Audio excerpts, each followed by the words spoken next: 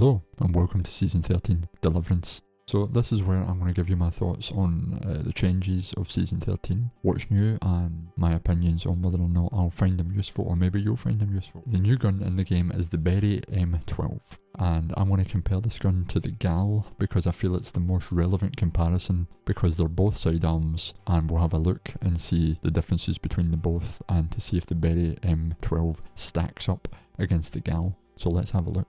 The Gal, as you can see, takes 30 minutes to craft and costs 10,000 materials. It's a single fire and a fully automatic, with a base damage of 29, rate of fire of 600 and effective range of 400, with a capacity of 33 and a weight of 3.1.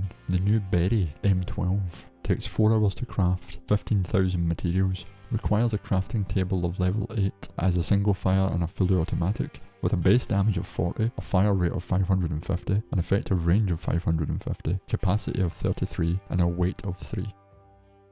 Full auto no recoil control. This is also full auto with no recoil control. Now let's compare that to the Berry M12. Full auto no recoil control.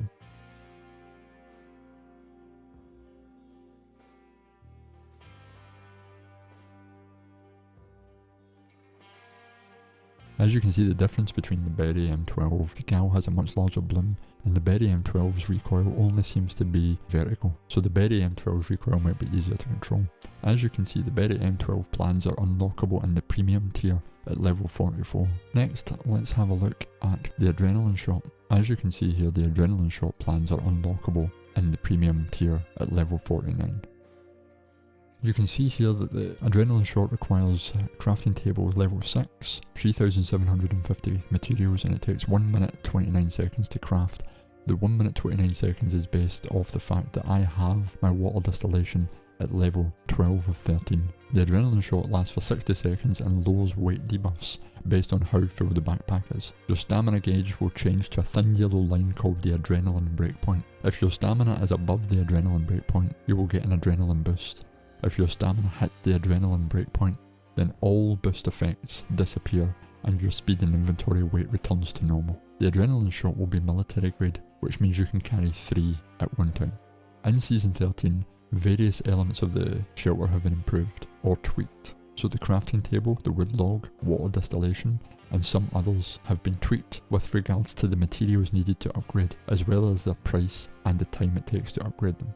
For the past season we've always had daily challenges, but now seasonal challenges have been added. So as you can see there's a whole list of seasonal challenges that have been added. There are 50 challenges to complete in any given season. As you can see on the right hand side there are 5 flags for every 10 challenges to complete. If you complete all 50 you will unlock a special reward.